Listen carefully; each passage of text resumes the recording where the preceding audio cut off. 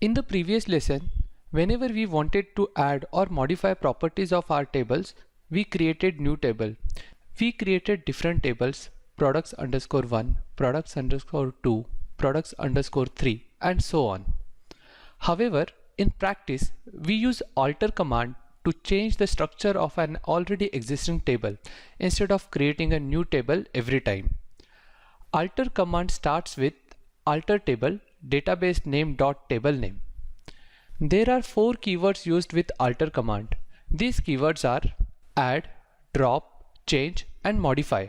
Let us create a new table temp underscore users in temp underscore db with structure first name varchar 255, last name varchar 255, phone int 10.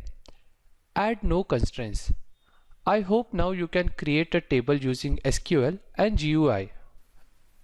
With alter command, we can add a new column with its properties in the table. In temp underscore users table, there is no primary key. So let us add one primary key ID column. The command is alter table database name dot table name add column name with its properties. Here, add keywords will be used with alter command as we are adding a new column. The query will be like this. Run the command. Let's check the structure of the table now. We can see primary key icon.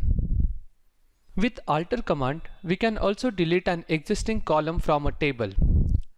Let us delete last underscore name column from temp underscore users table. The command is alter table database name dot table name drop column name. Here drop keyword will be used with alter command, which means delete the column. The query will be like this. Run the command. Check the structure of the table now. With alter command, we can also rename a column name. Let's rename first underscore name column to name. The command is alter table database name dot table name change current column name space new column name space data type and length constraints, that is new name and new properties. Note that this command not only changes the column name, in fact it also redefines the properties and constraints of the column. So it's important to mention the data type in this query, and other constraints should be added if needed. So change keyword can be used with alter command to change the column name as well as the change its properties.